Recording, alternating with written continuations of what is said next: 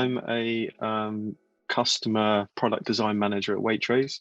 So I'm predominantly working in a digital team, um, and we work with the wider business as well. But yeah, I essentially lead a team of senior product designers that work across varied work streams, and then we're based on the customer and content domain.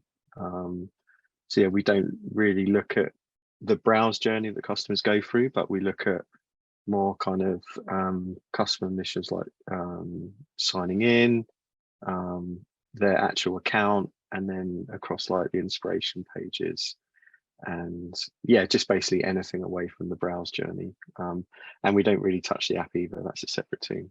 And then in terms of what I care about, I suppose, yeah, one of the main focuses we look at Waitrose is kind of champion the customer, and ensuring kind of the customer needs are met alongside the business needs as well.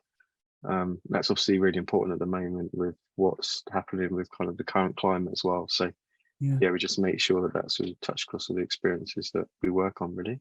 How do you personally go about explaining the importance of online accessibility to someone who'd probably never considered it?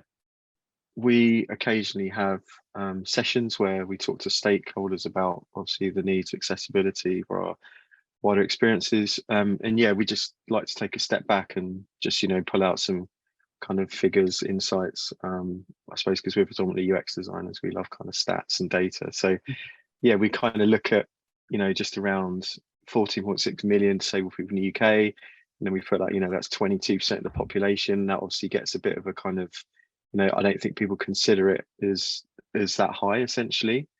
And then, yeah, we just also make sure that, whatever we do that, users with varied disabilities and cognitive impairments, that they can fully participate in whatever we're kind of pushing through as a product. And yeah, the other thing that we do as well is we track a lot of customer verbatim. So we track a lot of kind of customer comments, and we look to kind of highlight the impact of kind of inaccessible experience through through those channels. So we'll kind of pull out any verbatim we get from customers, and then we try and react to those as well. So we try and kind of highlight those, and then yeah, we have some real kind of live customer feedback to play with, and we find that really beneficial again with any user testing we do. Any kind of customer verbatim we get, it just helps us fight our cause, I suppose, a little bit. We had one recently during like checkout, and yeah, we so I think that was a visually impaired user that was just trying to check out, and it was proving quite challenging. So that actually got raised to us and escalated, and we actually looked to address that. So we actually looked to push it through one of our development teams, and it got bumped right up the backlog. So yeah, we try and be quite reactive in Waitrose to actually listen to the customers and yeah, any needs they might be having. So yeah, that was a good story really for us, and we've kind of used it as well for, say, trying to realize the value. How do you think the internet will change over the next 10 years or so, and what specific features or habits that exist now do you hope will be seen as from their time? Yeah, I mean, I think one thing we're looking to do at Waitrose at the moment is just be more kind of customer mission led, just actually empower the user a little bit more. So I mean, one thing that all of us, I suppose, in kind of retail and grocery have been looking at is Amazon Go. So the whole kind of just walk out store experience. And yeah, I mean, that's a great example of just the brands empowering users and, removing potential pain points of actually having to queue to check out, or, any issues at checkout, and they can literally just walk out of a store and then the receipt will pop up in an email for them. So yeah, kind of, I think moving forward as well, technology will just help us kind of personalize these experiences for specific users, which again will help with customers with specific needs. And again, the whole personalization side of things, I think will kind of help. I suppose, yeah, the other thing that I was reading the other day is Apple have got some really exciting accessibility features that are launching. So I was reading about one for blind and low vision users around their technology can detect doors as well if they enter a new environment, and they can help the user understand if the distance from the door, if it's open or closed, if there's any signs around the door. So I think just, yeah, taking the initiative a little bit more from a technological point of view and actually just helping the user whenever you can. I think it's one thing in terms of from their time. I've got a real bugbear being kind of from UX around really inaccessible forms and really long-winded forms, and obviously just passwords. I mean, numerous passwords for logging in. I mean, if there's anything that we can kind of move forward from, I think that's been lingering around for kind of years now. It's like passwords and inaccessible forms. I think just making them a bit more intuitive, I think, moving forward. If you're with someone who needs to check how accessible their website is, but only has 5 minutes, do you have any things you could talk us through how you'd go about showing them? Yeah, I mean, one thing that we have done at Waitrose is either turn on the voice control on iOS or the voice access on Android and just let someone try and browse their site using some voice control tech. And yeah, when it's kind of jumping all over the place, or the software's reading out things that aren't actually visible on the page, or the sheer amount of kind of cognitive load you're putting on the user from that angle without anything visual to help them along the way as well. I think we find that quite useful. And I think, yeah, I mean, away from Waitrose, I think if I had to do that to someone with just a kind of standard site now, I'd probably just do that. And I think it would blow their mind, the sheer amount of kind of information that the user has to take in from that aspect of browsing a site.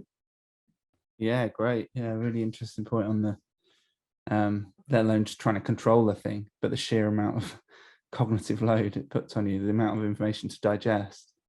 Yeah, I mean, there were some really good videos on TikTok of actual, people who use them day in, day out, and the actual speed and just the way they browse and the way that, they just kind of interact with, just the first few kind of syllables of a word and they're straight on to the next thing. I think it's a really, really big eye opener for anyone who, wants to actually develop and consider assisted tech as well. So yeah, I'd kind of recommend trying to search out those videos. They're really good.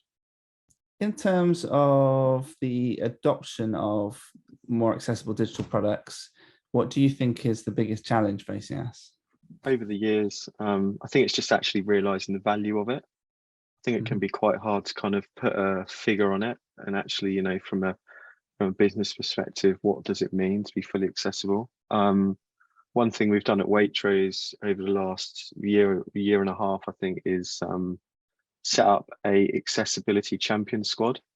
So I think there's around 12 of us at the moment that include product designers, managers like myself, or product managers and delivery leads. And we meet a few times a month to just discuss anything that has been raised in backlogs or any verbatim that anyone's picked up. I mean, we also have a Slack channel that, if there's any articles anyone sees or anything that's picked up in verbatim throughout, when we're not meeting, then it's praised on there. But yeah, the other thing that we do is, we use a third-party platform called Fable that we can.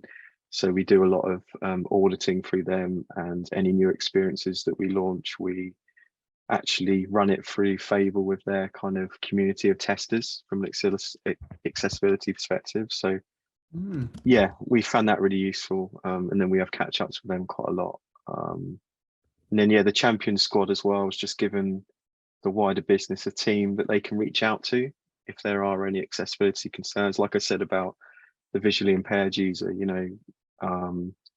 leadership could then reach out to our accessibility champion Slack channel and raise it with us, and then we could kind of answer back and start the balls in motion to get a ticket raised in the team's backlog and things like that. So yeah, we found it a really good kind of one source of truth that the wider business can come to.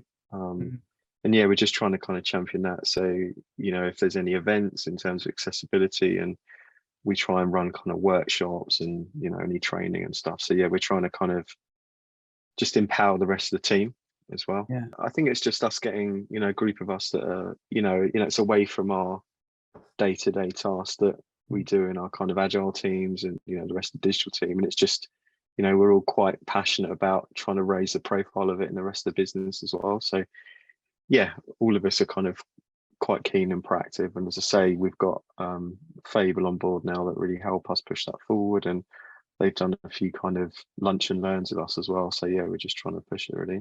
Finally, What is one thing that every single person can do or learn to play a part in the progression towards a more accessible and inclusive internet?